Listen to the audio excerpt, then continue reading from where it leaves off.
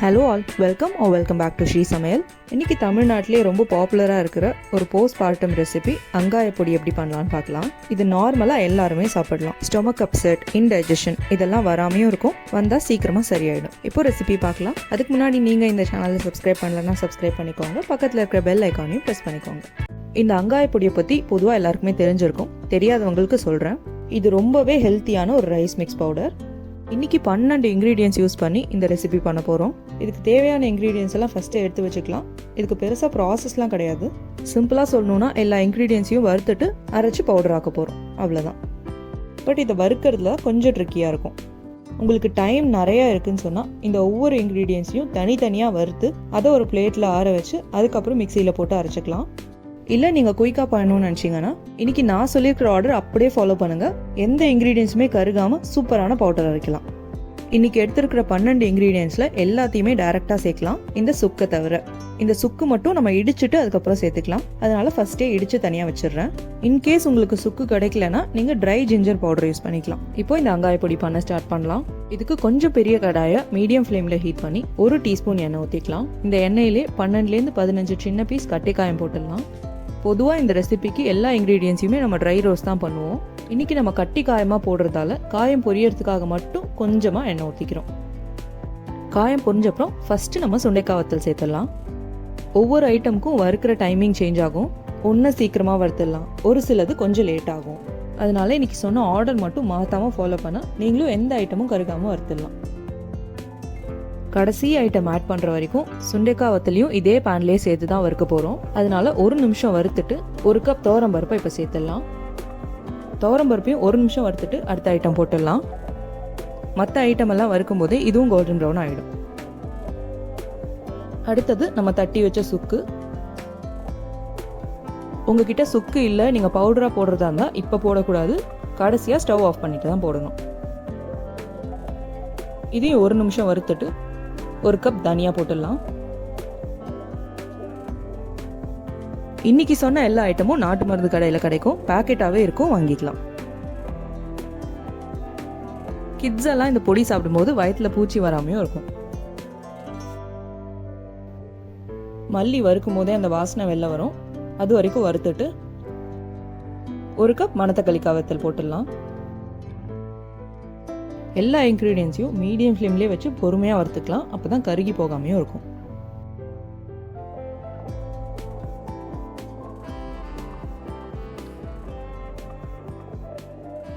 அடுத்தது 1/2 கப் மிளகு, 10 காஞ்ச மிளகா. இதில் இருக்கிறதுல காஞ்ச மிளகாயை தவிர பாக்கி எல்லாமே இந்தியன் ஸ்பைசஸ் தான். மாடர்ன் டைமில் கொஞ்சம் காரத்துக்காகவும் கலருக்காகவும் காஞ்ச மிளகா ஆட் பண்ண ஸ்டார்ட் பண்ணிட்டோம். ட்ரெடிஷ்னலாக இந்த ரெசிபி பண்ணும்போது காஞ்ச மிளகா கிடையாது. உங்களுக்கும் அந்த மாதிரியே பண்ணணுமா இருந்தால் காஞ்ச மிளகாயை அவாய்ட் பண்ணிவிட்டு 1 கப் மிளகு ஆட் பண்ணிக்கலாம். நான் இன்றைக்கி 2 போட்டிருக்கிறதால மிளகு பாதி கப் தான் போட்டிருக்கேன். நீங்கள் மிளகா போடலைன்னா மிளகு 1 கப் போட்டுக்கலாம். மிளகு ரோஸ்ட் பண்ணும்போது அந்த ஸ்மெல் வெளில வரும், அது வரைக்கும் வறுத்துட்டு 1 கப் கருவேப்பிலை. கருவேப்பிலையோட க்ரீன் கலர் மாறாமல் மொறுமொறுன்னு வர வரைக்கும் வறுத்துக்கலாம். இன்னைக்கு சொன்ன மாதிரி வறுத்தா ஒரே பேன்லையும் வறுத்துடலாம், குயிக்காகவும் வறுத்துடலாம், ரொம்ப டைம் எடுக்காது. அடுத்தது 1/2 கப் ஜீரகம். ஜீரகம் போடும்போது வாசனை சூப்பராக இருக்கும், அதனால 1/2 கப் போட்டுக்கிறேன்.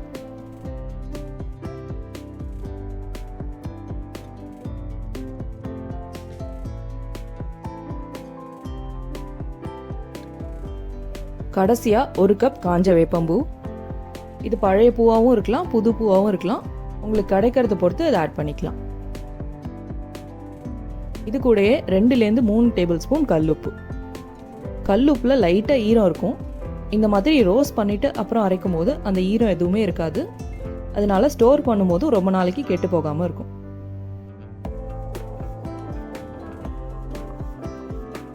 நீங்கள் காயம் பவுடர், ட்ரை ஜிஞ்சர் பவுடராக போடுறதா இருந்தால் ஸ்டவ் ஆஃப் பண்ணிவிட்டு பவுடரை போட்டுக்கலாம், அந்த ஹீட்லேயே ரோஸ்ட் ஆகிடும். ஃபஸ்ட்டு ஆட் பண்ண வேண்டாம்.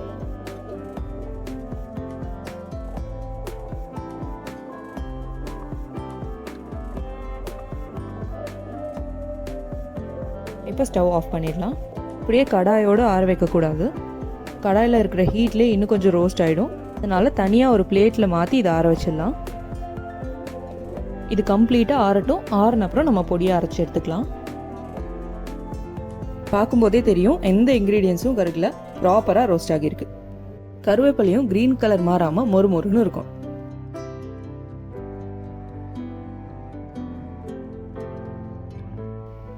இந்த மாதிரி கம்ப்ளீட்டாக ஆறின அப்புறம் ஒரு மிக்ஸி ஜாரில் கொஞ்சம் கொஞ்சமாக போட்டு அரைச்சிடலாம். ஸ்டொமக் ரிலேட்டட் ப்ராப்ளம்ஸ் எதுவுமே வராமல் இருக்கும். அப்படி வந்தாலும் சீக்கிரமாக சரியாயிடும். இந்த வெங்காய பொடியை எந்த ஏஜ் குரூப் இருக்கிறவங்களும் சாப்பிடலாம். அது மட்டும் இல்லாமல் இதை போஸ்ட்மார்ட்டம் ரெசிபின்னே சொல்லணும். போஸ்ட் டெலிவரி மேண்டேட்ரியாக இதை சாப்பிடணும். ஏதாவது கெட்ட பாக்டீரியாலாம் இருந்தால் இது சீக்கிரமாக சரி பண்ணிடும். நான் 3 தடவை கொஞ்சம் கொஞ்சமாக அரைச்சி ஒரு பவுலில் போட்டிருக்கேன்.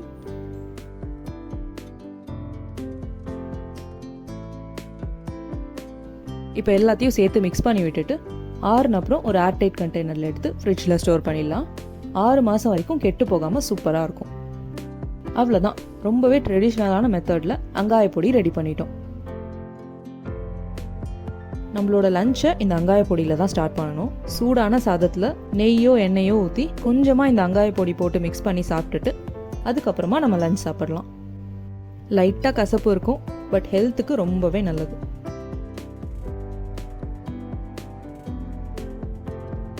நீங்களும் இந்த பொடியை மிஸ் பண்ணாமல் ட்ரை பண்ணி பாருங்கள். உங்கள் ஃபேமிலி அண்ட் ஃப்ரெண்ட்ஸ்க்கும் இந்த வீடியோ ஷேர் பண்ணுங்கள். Also please do like, share and subscribe. பக்கத்தில் இருக்கிற பெல் ஐக்கானை மறக்காமல் ப்ரெஸ் பண்ணிக்கோங்க. தேங்க்யூ.